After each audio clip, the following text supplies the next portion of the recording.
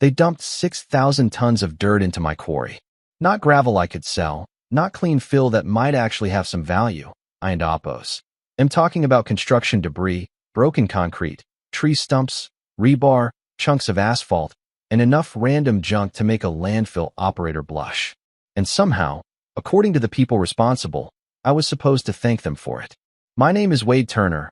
I and Oppos. I'm 55 years old, and for most of my life I and Oppos. VE worked around rock, explosives, dust, and heavy equipment. I own a limestone quarry tucked into the foothills outside a small mountain town in Western Virginia. It and Oppos. It's not glamorous work. Nobody makes movies about guys who spend 12 years digging through layers of earth looking for the right stone, but it paid my bills and put food on the table. More importantly, it was mine. 12 years earlier, I had purchased the property because geological surveys suggested there might be a rare layer of blue limestone underneath.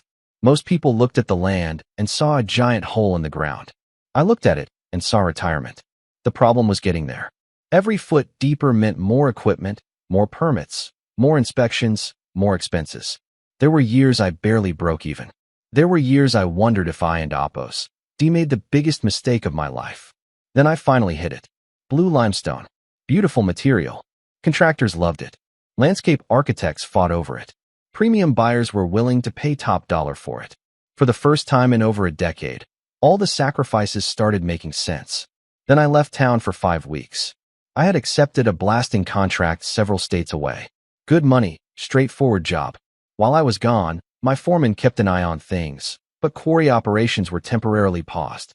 Nothing unusual. At least that and Oppos. That's what I thought. The morning I came back, I turned down the access road toward the quarry and immediately knew something was wrong. The entrance gate was open.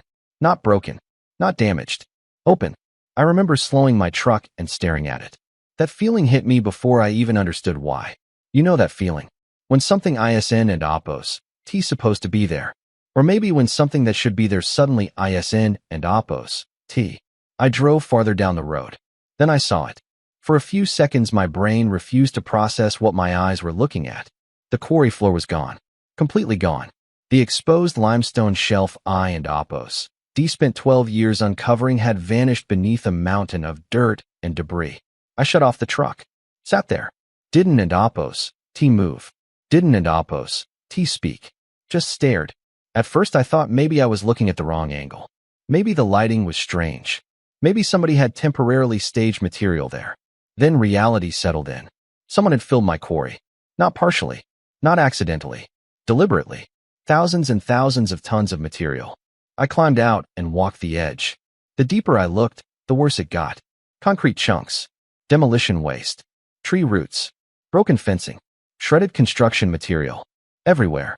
My boots sank into loose fill where valuable limestone had been exposed only weeks earlier.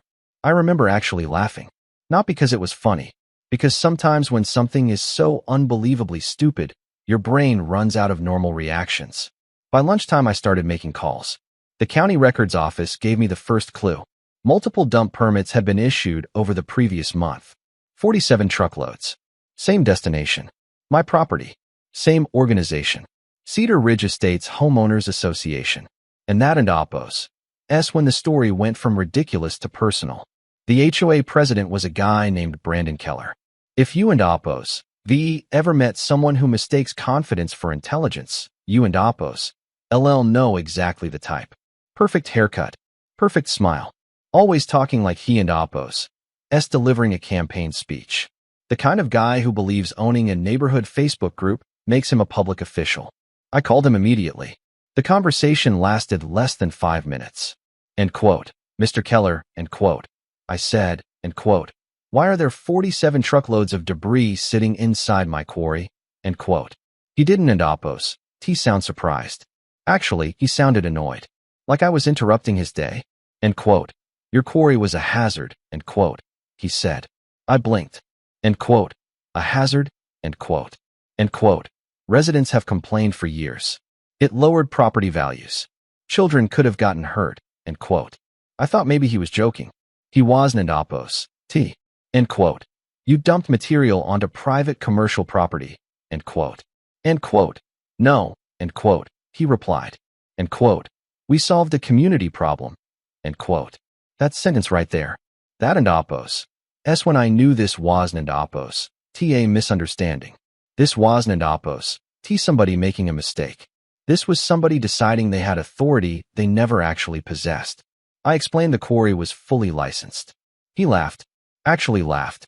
End quote. I don't Oppos. Care about permits. End quote. Those were his exact words. End quote. I don't Oppos. Care about permits. End quote.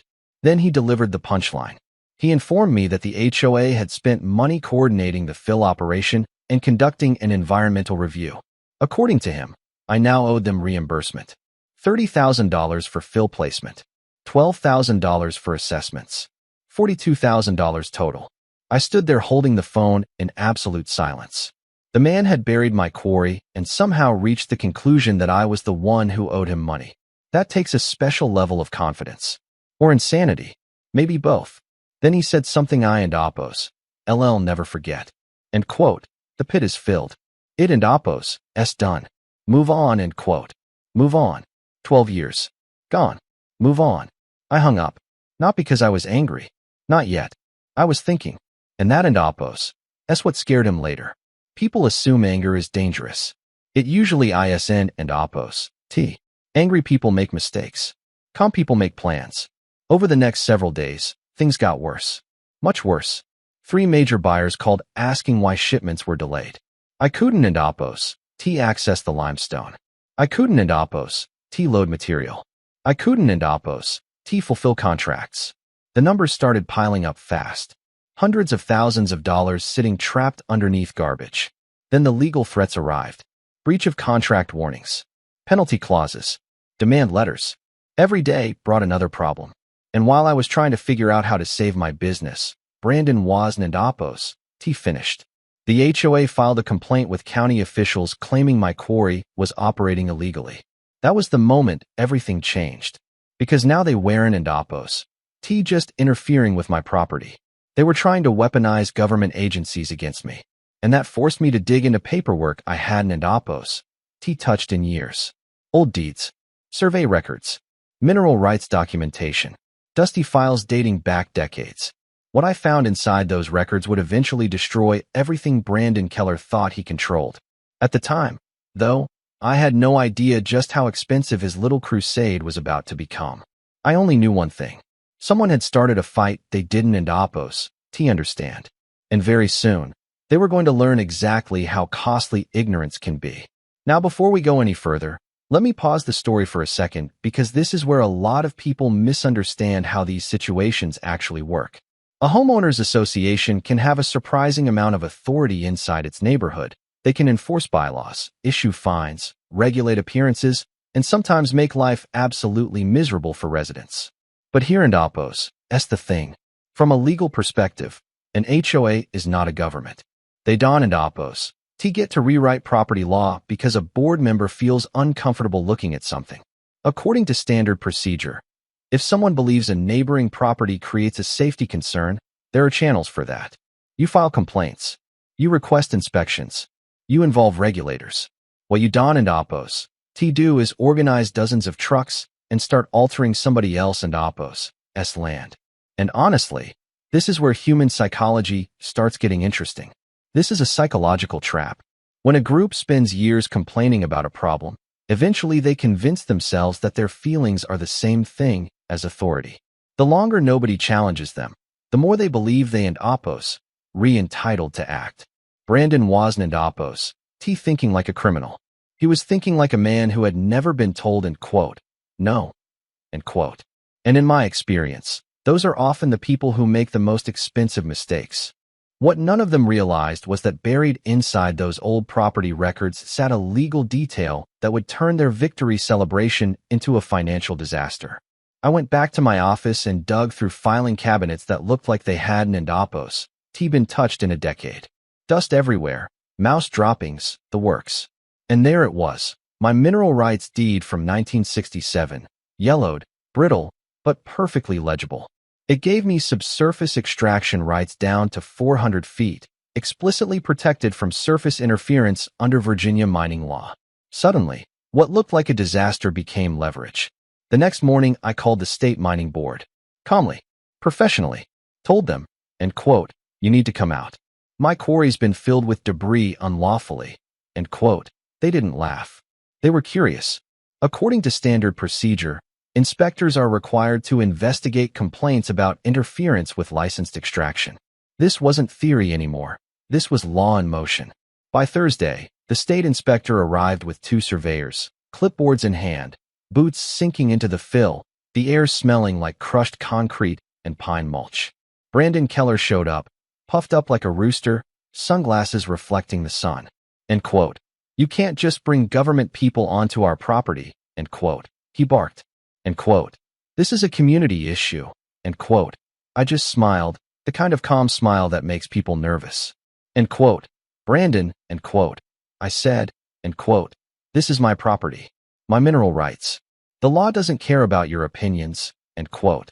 The inspector started taking core samples, drilling into the fill. Every sample screamed the same thing, contaminated limestone. 2,400 tons destroyed. Worth $816,000. I could see the color drain from Brandon's face under those perfectly coiffed locks.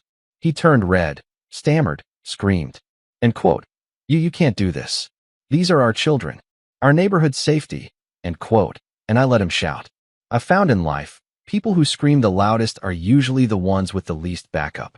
From a psychological perspective, this is classic overcompensation. A board that spends all day imagining danger starts acting like they control reality. Meanwhile, state contractors began excavating the fill, methodically, efficiently, at HOA expense. Brandon called me constantly, screaming, threatening, promising lawsuits. Each call, I just noted the time, the tone, the threats. Days passed. 34 days later, the debris was gone. The limestone that survived was recovered, but the destroyed portion and the lost revenue added up.